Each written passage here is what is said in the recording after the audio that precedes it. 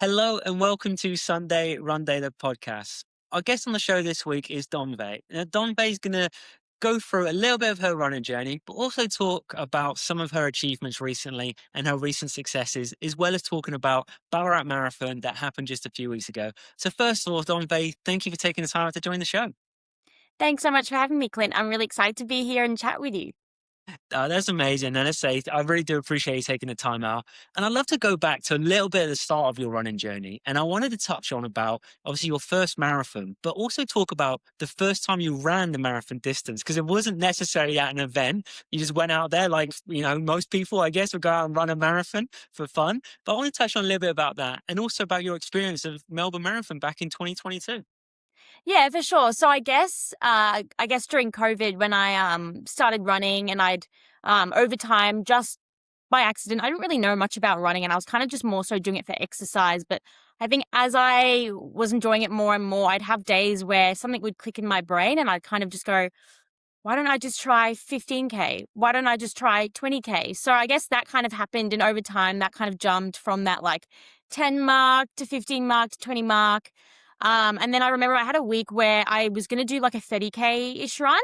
And I got to, I think, 29 or so. And I was like, why don't I go for 32? Because then that's only 10K away from a marathon. Kind of setting myself up for that like marathon distance. And anyway, that went really, really well. And I was really excited about it. And then I kind of planned to myself, all right, next week it's going to be the full 42. So I didn't exactly know which day on that week that I would do it, but I was kind of like, yeah, I think I want to give it a go and why not kind of thing, because we had so much time during lockdown. Yeah. Um, so yeah, started that run. And then about halfway through texted mum and I was like, oh, can you just bring me a muesli bar or a Powerade or something just to have some fuel? And it's so funny because she dropped me off a Powerade, but it was a sugar-free one. And I was like, oh, this isn't, this is probably not what I was needing. But, yeah, anyway, I had a little bit of fuel and I just continued the run. So I think she dropped that off at about the maybe 30K mark. And then I just ran an up and back like 3K, up and back for the remainder of the run because I was like, oh, I don't want to go too far from home in case something happens or I can't do it.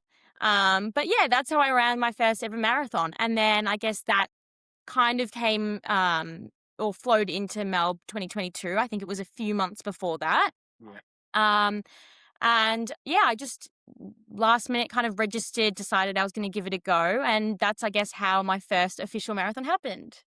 No, I love that you just kind of, were challenging yourself during that COVID period of like, you know what, I want to do that, 5K, 10K, led on to 15, 20s and up to Yeah. the 30, and then just go, yeah, why not? I'm going to try a marathon. I try and run the distance. And I love that you just went out there and done it. And then, as you say, led into Melbourne Marathon and your Yeah. first official marathon.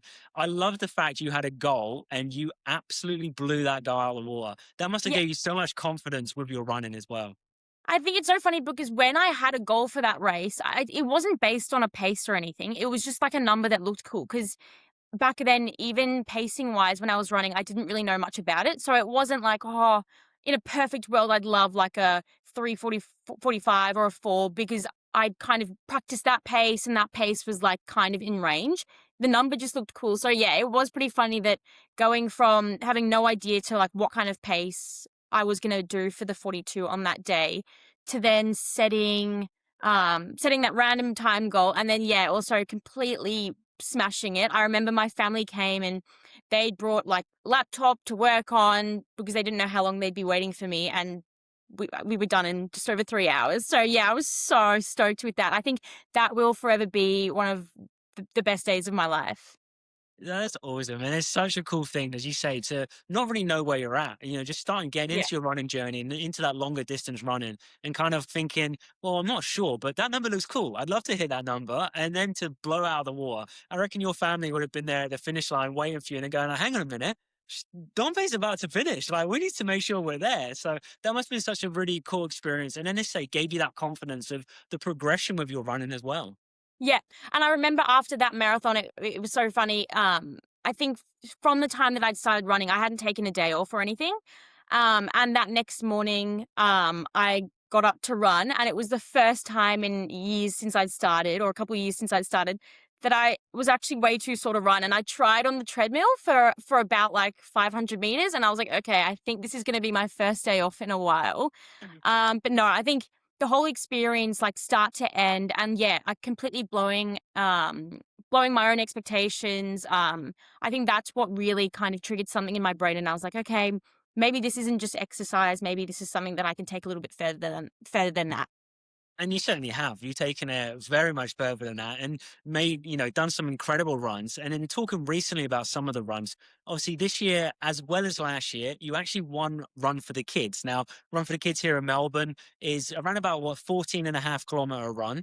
And you've actually won that now twice in a row. That must have been, as I say, just absolutely amazing to have that feeling of, being able to push yourself on that distance and improving and improving. But also, how was that obviously being back to back Run for the Kids champion? I think the first year when I won, I mean, you never know who's gonna come to, races and who's gonna be at the start line with Right. you. So I'd never wanna approach a race of, like, setting myself, like, what position I want to be in. But I think last year when I did it for the first time, it was one of the first times that there was like a shift in my mindset in like a race setting where I was actually racing. And it was the first time I'd experienced just going all out, not even looking at my watch. I was so focused that I think yeah, it was a flow state kind of race where everything just worked perfectly. And then I think I enjoyed that, the fun run so much, and it's such a special event, and doing it with my running group as well, it is something that I wanted to come back and do this year. I mean, I know that you can't come back and win the same race for the rest of time, but I just kind of said to myself I would love to win it just one more time. So yeah, I came back this year and it was just as fantastic. I will say it was a lot harder than I remember it being. So last year when I did it, I must have been in some really good condition, and just I must have been having a fantastic day last year, because yeah, this year was far more of a struggle. And there's sometimes it's like that. You say you run the same course or same races, multiple times, and you go back and you're like, oh, this one's actually a lot tougher, even though I Yeah, feel maybe better conditioned and I feel like I'm in a better position when I was when I done it last year. But as you said, to go there and have that experience, you say you never know who's going to be there on the start line yeah, with you. But for you to go there and actually, better your time as well, which is sometimes what the main thing is for us with progression. We love to be able to improve on that PB. If you go there and get a better time, but also, win the event. That's absolutely incredible. And I'd love to just touch on as well about sort of the distances you enjoy the most. Now you're touching into those longer distances and the marathons, and we'll definitely get into obviously Ballarat Marathon as well. yeah. But what sort of distance do you really find yourself very comfortable at the moment? I'd say a half is probably my favorite because it's that longer distance element without the whole fueling part that I struggle with. I mean, getting one gel down is fine, but yeah, I think it is that perfect balance in between of you can go a little bit faster, you can have a little bit of fun with having a kick at the end. But you aren't so reliant on that perfect fueling plan or everything going so perfectly. And I guess also with that marathon distance, it takes so much mentally to kind of just stay so focused and calm for that 42.2 kilometer distance, which is something that I'm still learning how to do. Whereas I think with the half marathon, it's that perfect longer kind of distance. But if I start to get a little bit scared, or like I realize I'm doing well and maybe I'm on for a PB and it gets a little bit like overwhelming in that moment, it's not so long that then maybe that can take over. Yeah, perfect sense as well. Like, yeah, I think that half marathon distance is one of those that, yeah, we can really push ourselves, but also not to the point where we've got to then start thinking about fueling and pacing and Yeah. all of that as we go over that longer distance.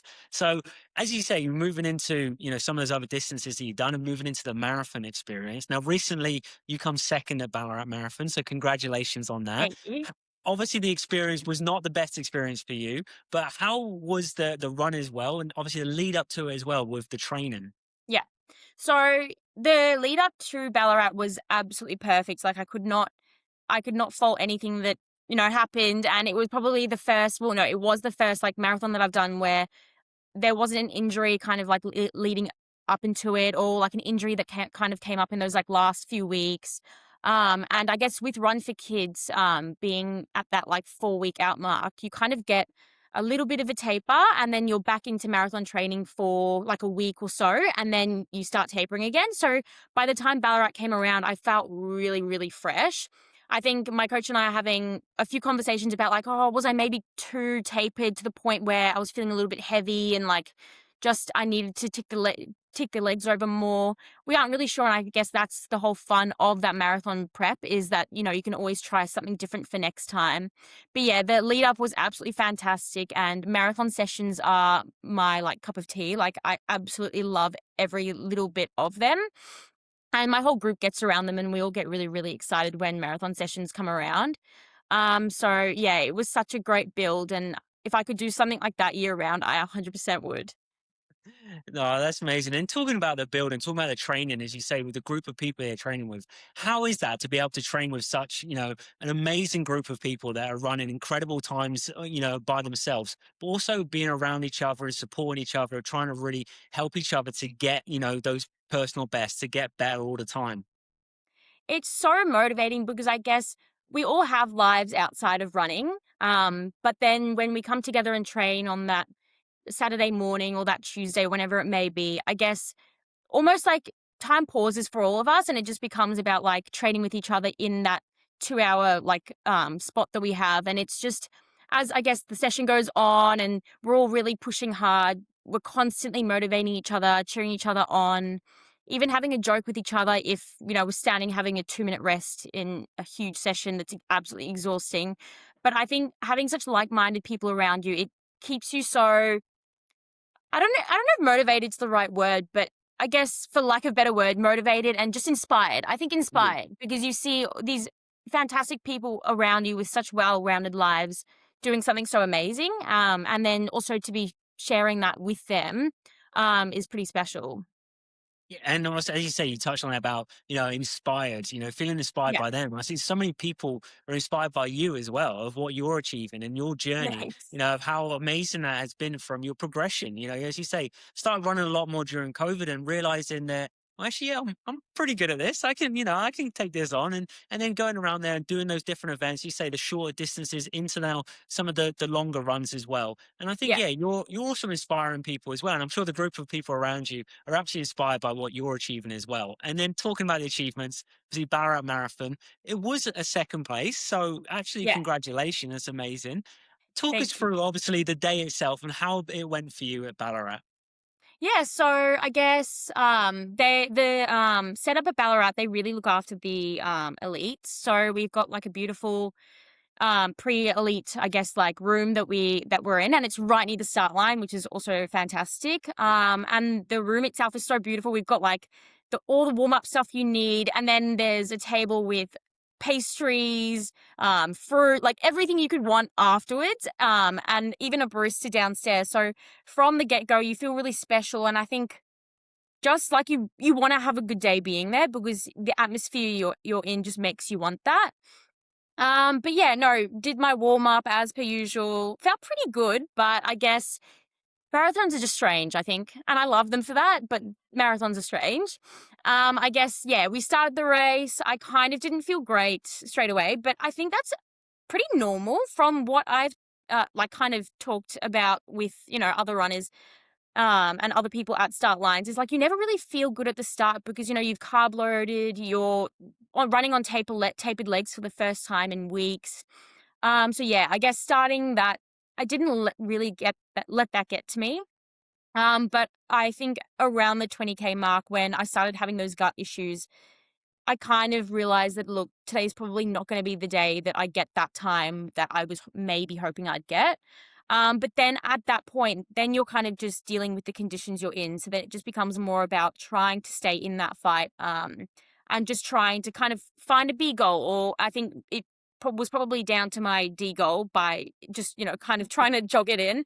But I think there's always something to be proud of with a marathon because I think it's really important to remind yourself that whether you get that time or not, especially for a marathon, running a marathon itself is so special. And even before the run, I remember thinking to myself, how lucky am I that it's a Sunday morning, perfect, the most beautiful sunrise came up. I've got my closest family that are going to, stand and watch me run. And all I have to do this morning and for this entire day is just run for a few hours. And I think it's just like, yeah, thinking about little things like that to put everything in perspective really helps especially when things do start going a little bit wrong or getting quite hard in those later stages. And I love what you touched on there about, you say, putting it to perspective of thinking, we put so much pressure on ourselves sometimes Yeah, to perform and do the best we can. And we always want to. And I think sometimes when you look back as well and go, well, maybe on the day I did the best I can. And I put it in yeah, perspective of I had the people there to support me. I went out there with all great intentions. The marathon training block was amazing. I was feeling good. And yeah, things didn't come together. And you had the gut issues as well, which is never ideal when you're running that long for, a marathon distance, but yeah, you overcome it and you still push through and you still got there in an incredible time of, which was it, 2:41, which is just yeah. absolutely phenomenal. So you must be still really happy with obviously everything you went through to still manage and produce that amazing time. Oh, for sure. Like, I think it didn't really like, obviously, you're gonna feel a little bit bummed when you finish and you haven't got what you wanted, but it didn't really phase me. I think there was so much to be excited about. I think there's a big thing that, I guess the nerves that leading into that week are so much that by the time that it's done, I'm just excited that I'm no longer nervous, to be honest. So there was that. Then I was so grateful I was still able to place. It was still a PB, so I mean I can't actually ask for anything more. And then even I think most importantly was I just stayed in it, because I think when you start to get all those thoughts of, oh, if I, how am I meant to do this, especially with my stomach the way it was, then I guess then my brain goes, "Oh, but I've tapered for this, like, we came down and stayed in Ballarat, like, I wanna go to the pub and be proud," and, like, all those, like, little thoughts get in your head, and then you kind of think it can get a bit overwhelming. So I think just finishing, I'm so excited to have finished that, you know, everything else is second to that.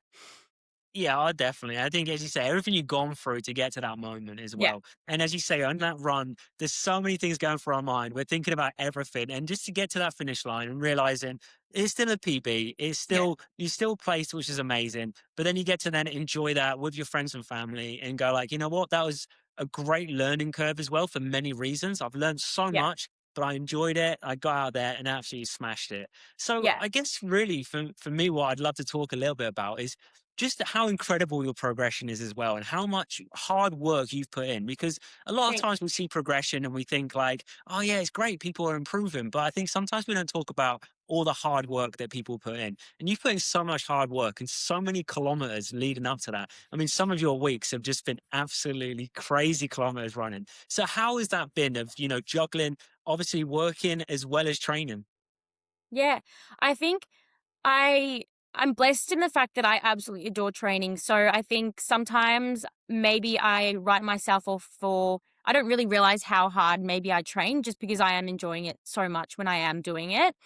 But I think to do all of the training I'm doing and with a healthy body is probably what excites me the most. And I think balancing that with work does get a little bit difficult, more so when you're working around people that maybe don't really understand what is going on behind the scenes to be making both, the working and the running happening. So that can be something that can be quite difficult to navigate. But I'm so lucky that there's so many supportive people around me that do understand, the running group or all the people that I've met through running, and now, my family even understanding as well. I think this has kind of come so quickly that mum and dad didn't even kind of realize, about all the running and that kind of thing, because, I mean, they always used to come to all of my gymnastics comps, but I did so much of the running behind the scenes in COVID before there was, I guess, yeah, races and stuff, that, yeah, it has kind of come so quickly that I'm still kind of pinching myself sometimes of like, "Oh, hang on, I'm a little bit quicker than I thought I was," or, "Oh, wow, like I won that today. I didn't realize I could win something like that." So, yeah, it has kind of happened all quickly, but I think because I love training so much, and yeah, I love training so much, I think that's what's made it possible. Oh, that's amazing. And I love what you touched on there. As you say, the balance from work and Yeah, training as well. Sometimes it's really challenging to try and, yeah, balance a 9 to 5 job as well as really going out there and not yeah, only enjoying the running, but performing as well. So you're going out there and you're enjoying what you're doing, but you're performing at such a high level. And, it's just great. It's great to see that, there's people that are out there like yourself that are working really hard from a day job, but also putting that effort in to just improve massively on your running. And then talking about the improvements, and and talking about the speed work that you're getting and you're getting quicker. We mentioned just before we got on the show here that this weekend you're doing the Lakeside 5. So Yeah. that's here in Melbourne, a 5 kilometer run. Because you want to get an official 5 kilometer PB, how is that feeling at the moment for the training, and how are you feeling leading into it? It's so strange because I was kind of thinking about this a lot today because when I did the kind of spontaneous 5K a week from the Mara, where I got that PB that now I'd love to get on Sunday, it was just like a normal kind of training run. There was no stress, there was no anxiety going into it. There was no like, oh, I need to make sure like I, do X, Y, and Z to like make sure I'm fully recovered for it. And it went perfectly. Whereas now that it's in like a race condition, I'm like 3 days out and I'm like already nervous. I'm like, "Oh, can I do it? Like, what do I do? Like, if I'm not feeling great." I think the thing with the 5K is, or what I'm trying to tell myself is, you're not meant to enjoy any of it, or it's meant to hurt straight away. Whereas I think with halves, and definitely fulls, you kind of want to be starting the first part of that run feeling quite good. And if not, it's kind of like a signal of like, okay, either this is going to come in a wave and I'm going to feel better, or this isn't happening today. Whereas I know with the 5K and I know with how it felt, you know, 3 or 4 weeks ago, it hurts within 300 meters. And then it kind of just becomes that fight of not letting your mind wander so much and kind of just zoning out at the same time, and just ticking over your legs. So I'm really excited for it. I think I'm really enjoying the faster stuff now as well. I think as my body has adapted to the running, just because I think in the first few years it was the speed work and the faster stuff that would cause these like little niggles for me, just because I'd never done any of it. And then suddenly I was doing like 8 to 10K in a session worth of speed. So finally getting to a stage now where I can proper enjoy it, knowing I'll pull up well after. It's a really exciting feeling because it is nice to feel a little bit faster than I was. 100%. Like it's good to, as you say, see that progression and feel good about it as well. And I love what you touched on about the 5K. I think it is that like a 5K when Yeah. you're really going for it, it just doesn't feel good from the start. You just think to Yeah. yourself, like, and then you think, am I on for where I want to be? Like I just Yeah. don't feel good, but you do progressively get into it and you think, I'm just going to fight through this and I'm going to get the results. And I'm sure you're Yeah. going to do amazing. I'm excited to hear about it and excited to see you do that. So yeah, I can't wait to hear about it. But no, I really do thank you for taking the time to join the show and sharing an insight into your journey. And I guess beyond the 5K, what's kind of next on the list of what would you love to really achieve next? It's a great question. I do need to think about this kind of thing more. So I'll definitely do the AV calendar as it starts now, with Lakeside being the first one. My next major one is Gold Coast, but I'm probably not going to set like a time. As long as it's a PB, I'll be stoked. I think I am getting to the point now where the PBs that I'll start getting aren't going to be these big jumps like I have been, just because I am kind of, the progression curve probably doesn't stay what it has been forever. So Yeah. I think it's more important that I'm setting myself like, just I would love a PB and just how I feel on the day. I think I'm trying to put more of a focus on setting goals around how I feel prior to racing.